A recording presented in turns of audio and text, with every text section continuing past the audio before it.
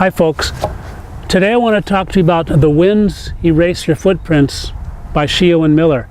It's a very interesting book. Now, I learned about this book after my wife Dolores, after her mother passed away. That's Shiyowin. So Shiyowin was my mother-in-law.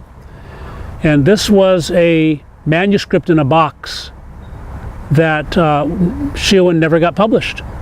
And I finally read it and I said, my God, this is an awesome story. It's a true story. And a little background, Shiyowin was a dancer in Hollywood, and through her Hollywood associations, she met Luther Standing Bear, and Luther eventually adopted her. Okay, Luther Standing Bear, he wrote My People the Sioux and various other books. He's an interesting study in itself, okay, if you get Luther's books and read them. So through this association, Shiyowin met Juanita, who this book is about. Juanita was a very close friend of hers, and around the time of the Great Depression, Juanita moved to the Navajo reservation and got married. And you actually had a white Indian relationship, a mixed marriage. And there was a lot of cultural shock. So that's what this book is talking about. What it was like for her to blend into the Navajo culture. And if you think about it, the reservations in the United States are the third world here in the United States that a lot of people are totally unaware of. It's the forgotten minority in the United States. So for somebody from the city, from Los Angeles, to go there, it was cultural shock.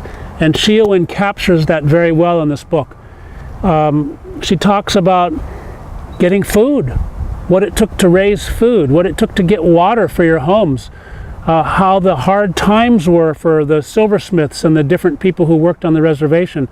And I'll put it this way. When I first read this book, I thought, my God, that is like a Tony Hillerman novel. And if you know Tony Hillerman, he wrote novels, fictions, and mysteries about the Hopi and the Navajo. Well, this one's a true story. And it had to do with Juanita getting married, moving into the reservation, all of the behind the scenes stuff that went on for her to fit in, and a little bit of Navajo witchcraft blended in there, which is actually kind of a theme throughout the whole book, even though it's mostly just about daily life, just getting by.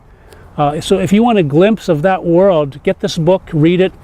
The pictures by Chester Kahn are beautiful. Dolores said this is precisely what her mother wanted. There's Chester's line drawings throughout the book. Chester's from that area, so he had the ability to depict it quite well. It's like 300 some pages. It's a fantastic read. I know you'll like it.